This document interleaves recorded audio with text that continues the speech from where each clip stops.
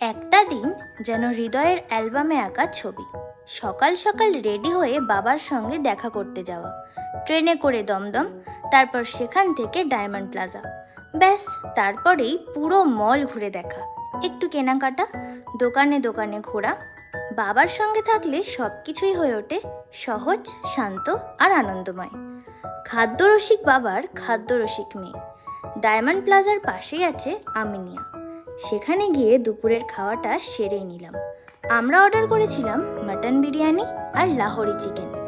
খাবারের কোয়ালিটি আর কোয়ান্টিটি দুটোই ছিল একেবারে পারফেক্ট।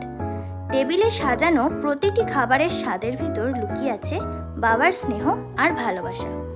খাওয়া দাওয়া শেষ করে একটু কেনাকাটা করে বাড়ির পথে রওনা দিলাম আমরা।